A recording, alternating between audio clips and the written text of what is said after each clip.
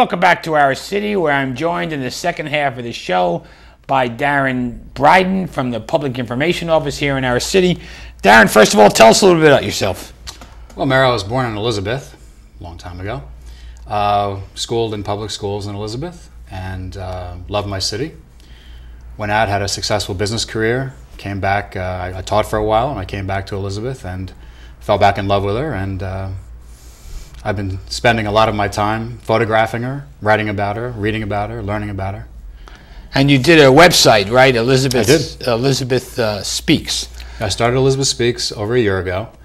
It was really an attempt to share with people, what I thought were the better parts of Elizabeth, because people were complaining about Elizabeth. People that no longer live here, remembered it nostalgically. And I wanted to make sure that people knew this is still a vibrant city. It's an exciting city. There's a lot of great things going on. It's not just a city of history. It's a new energy, as your signs say. So I wanted to make sure that people knew that. So I started walking the streets, taking pictures.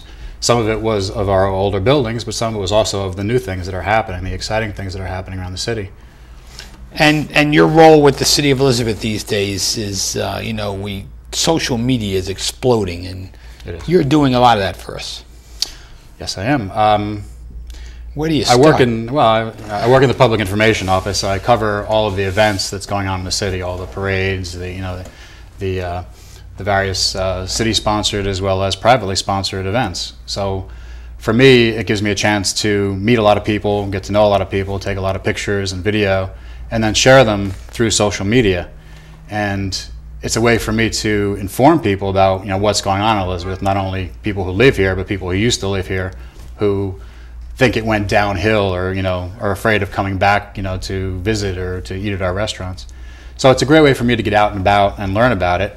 I joined the Public Information Office to kind of formalize that. So now I manage a lot of different websites that deal with different aspects of the city, and it enables us as City Hall to inform the public, to engage them in activities, to have them come out to events that they might not have been able to hear of. Well, before we get into the more popular ones, Facebook, and talk about Nixle, which was one of our first attempts to do social media. Yeah, Nixle is interesting. It's a tool that allows people, when you register, you put in your cell phone number or your email address, and it gives you alerts.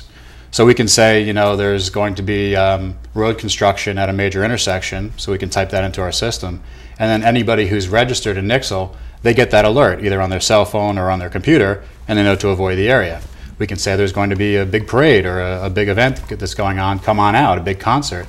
So we can use it both to inform but also to engage people in activities. Twitter.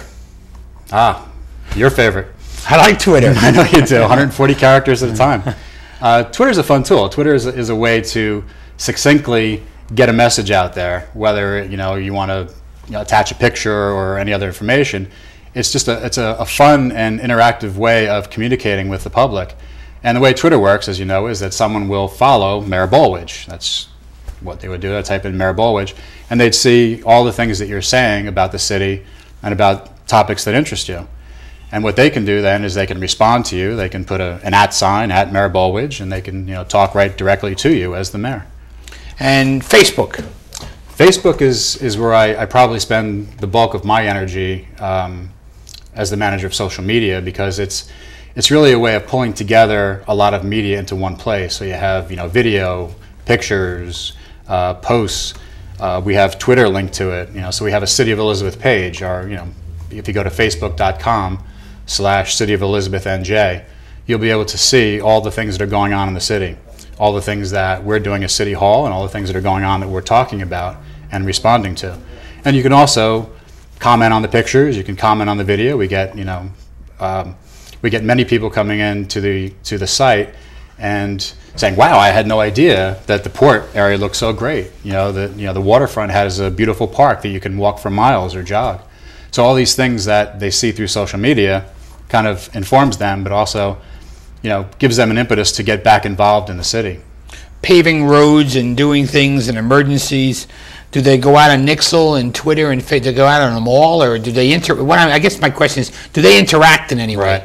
The way it works is kind of splintered. Some people that are more geeky, they would tend to be involved in all those things because they want all the information they can get. They want to drink from that fire hose of information. Other people are comfortable maybe in the Facebook environment. They share, they are connected with their family, so they use that more frequently. So they tend to look at all the albums of pictures that we put up from all of the events that they, attended and see themselves. We have a little card that we hand out at the events that basically says, if you were at this event and your picture was taken, this is where you can find that picture. So it's a kind of a nice way. They can just download it for free. It's a nice way for them to have a memory from the event that we provide for free. It's a nice service. So if it was, and it doesn't cost the city anything. No, not at all. Yeah, it's just a matter of putting that picture up, and they can say, "Hey." That's what's great about the digital world. It's a lot of it could be free. It's very, very cost effective. We don't develop pictures or anything. We don't have to develop pictures. Right. No, it's just a camera, and I just put it right on the computer and do a little editing sometimes if I'm a little off, and get it out there for people. What's the feedback? I mean, we just started the Facebook page for the city. What, 2 months ago, 3 months ago? This summer. So what's the feedback? The feedback's been great. I mean, people love a place for information, and we used to have our own newspaper. We used to have multiple newspapers. So now there's really a dearth of information out there that is covering the positive things about the city. So this is a way for them to, reliably every day I post something. So every day they know there's going to be something new about the city, either on the city page or on Elizabeth Speaks or Green Elizabeth or Elmore Wenanko. There's a lot of different sites out there that they can go to and continue to stay a part of the city, even if they live in the city. Now, people that may be critical of the city in any way, shape, or form, there's access through these pages to do that as well. Absolutely. Yeah. It's an open forum. People can say whatever they want, and sometimes I correct them nicely, but they can say what they want about the city. You probably correct them nicer than I would. I believe that's true. But I do try to keep the record straight about things, and the city's not falling apart. Here's proof. This is a picture I just took yesterday of that area that you're complaining about. The people really they think twice about having an ill-informed opinion and discussing it online. So when we film events, can we post a film, and how do the residents know that we've posted film of an event? We do. All of the filming that we do, we put on the computer, and then it goes up onto YouTube. The City of Elizabeth has its own YouTube channel, so it's like watching TV on a channel 24/7, 365. So anytime you feel like it, you can go in. All of our city shows are on there. All of the events that we've filmed at, they're all up there. So you can go in there and just watch as much of a show that you'd like, or watch you can watch 8 hours of shows in a row if you'd like of all the things that we're taping. Now, last week, Sylvia from Elizabeth Inside Out was on the show, and she's launched a new... she's a journalistic dynamo. Yeah, she really is. I mean, the show was exciting and entertaining that I did with her. But she also refers to this as old journalism, our city, which is so true, because I started the show 19 years ago. But, I don't think young people would watch a show like this, but they may tune into some of the social media sites. Can you talk a little about how that difference may exist? Sure. Today, children, I learned this from my children, and I'm not as old as I may look now. We look for narrowcasting. We want the information that we want when we want it, not sitting there waiting for broadcast television or some other means of communication to go on, waiting 24 hours for a newspaper to come out to cover something, for example. So we're used to the real-time feed that you get from something like Twitter. Something happens anywhere in the world, Twitter, as you see, there's a feed of people talking about it. When the rebels took over Tripoli, absolutely, I knew it at 11 o'clock at night as opposed to waiting for the morning paper. That's right, and you can keep it as local as you want, so we can learn all about the city in real time. And that's what kids are used to. The children of today are not used to waiting for the show to come on. They'll definitely go to the internet before they go. But they also pick what they want. So that's right. That's why you need to have. That's why Nixle, Twitter.